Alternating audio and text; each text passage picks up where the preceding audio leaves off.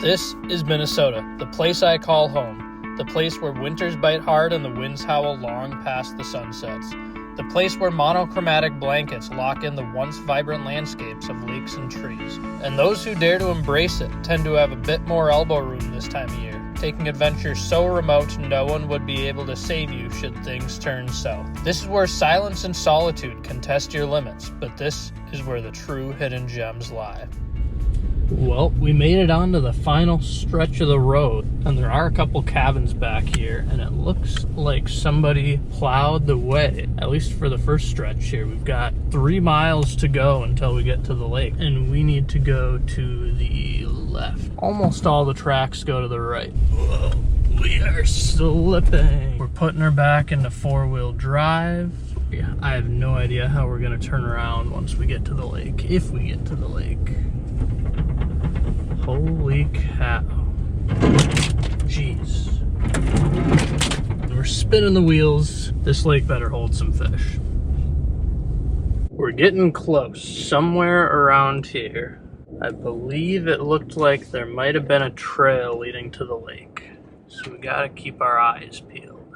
What these tracks are for? That might be our trail.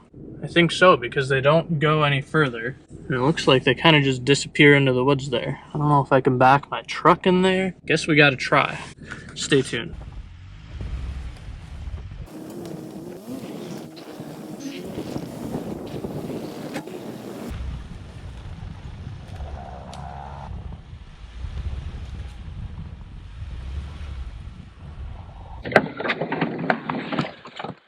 Well, we made it to the spot where we're gonna leave the truck behind. There's a decent amount of snow, as you can see here. Welcome back to another episode of Unreal Minnesota. I'm your host, Mike Wallace, and today we're fishing in lakes that might not contain any fish. And we're taking a big risk. We're gonna just kind of assume that this lake might hold some pike. I'm trying to haul as little weight as possible with me, so I'm leaving the live scope behind. I'm leaving my auger behind. That might be a mistake. We're bringing a spud bar and an ice saw, and we're gonna try and cut a big spear hole. Hopefully the water's clear. I didn't really think of that. We're gonna try and cut a big spear hole and see if we can find some pike, because most of these lakes that I've fished up in this area are pretty clear and they hold pike. So we're gonna get unloaded. We still have 500 yards through the woods. Looks like somebody's driven a snowmobile back here, but we're just gonna be walking by foot. I've got 2 sleds full of gear that we're gonna haul back here. I don't know if I'm gonna take one trip or if I can pull them both at the same time. We'll see. Going to the lake, it's mostly downhill, which is good. But getting out of here, it's gonna be tough trying to pull them uphill. So let's get unloaded. I'll see you on the lake. That's a little sneak peek of what's to come on this channel in the next couple months. Pretend you didn't see that.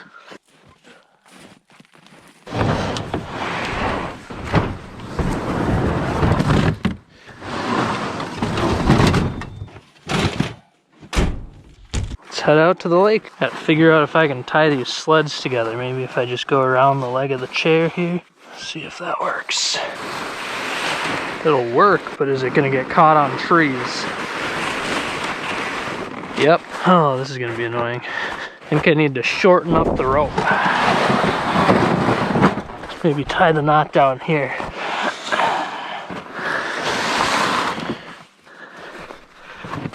Alright, let's see if that works.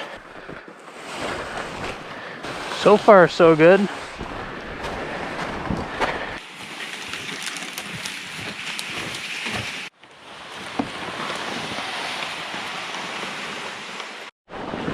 I can see the lake over there. This was pretty easy with a snowmobile packing the trail down for me.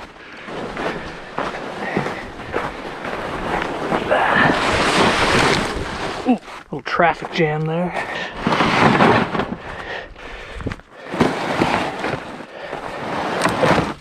Come on.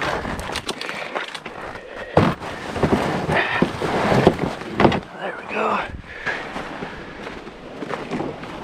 There is the lake. It's frozen, covered in snow. A couple tracks out here. I don't know if that's people fishing or what.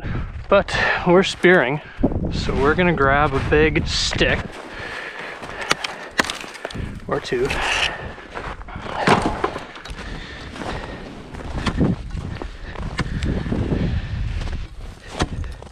Feels pretty solid. All right, we're not going far.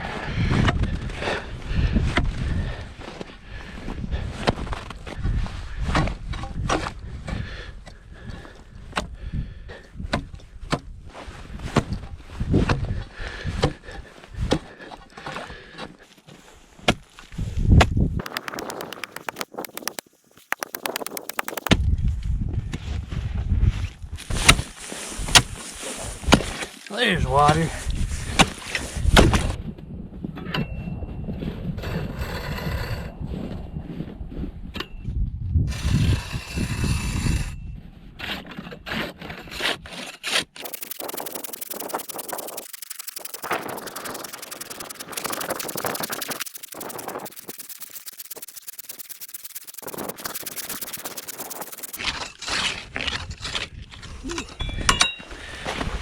Yes, sir.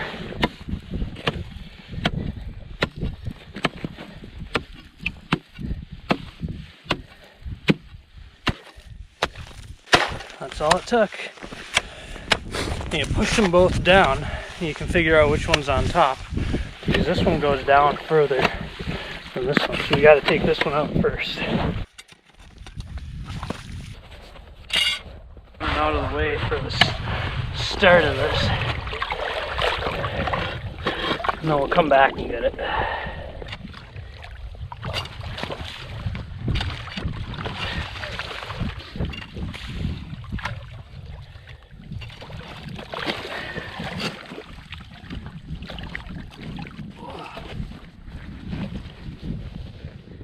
All right, block number 2. Second one's always easier, I hope. Oh my goodness. Yes, sir.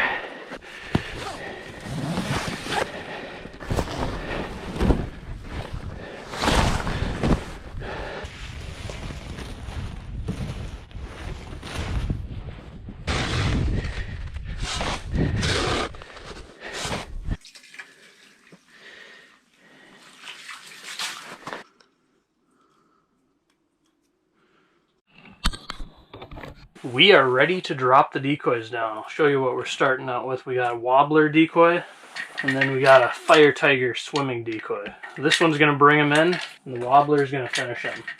Hopefully. I didn't really talk about how I found this spot, but since I didn't have a depth finder, I used satellite imagery and tried to find a spot where the weed line stopped, and I might have ended up a little too shallow because I'm still sitting over some weeds. I don't think it's the end of the world. We're gonna see if we can find some fish.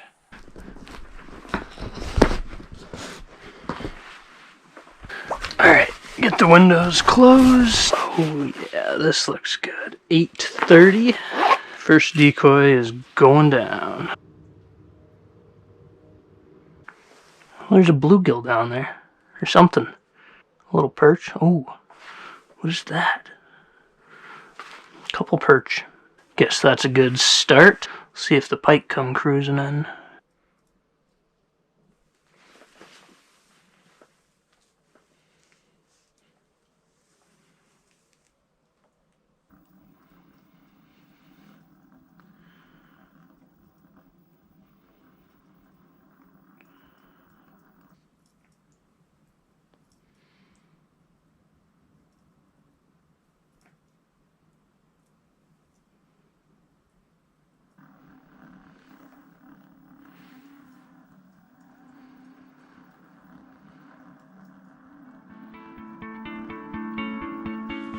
After almost 8 hours, we didn't see a single pike, so it's time to pack it up and head home. I might have been a little too ambitious by cutting a spear hole today. Maybe I should figure out if there's pike in the lake first before doing that next time. Anyways, lesson learned. I want to know what your guys' opinion is on a lake like this. Do I come back and try for pike again, knowing there's perch and bluegill, or do I move on to another new lake?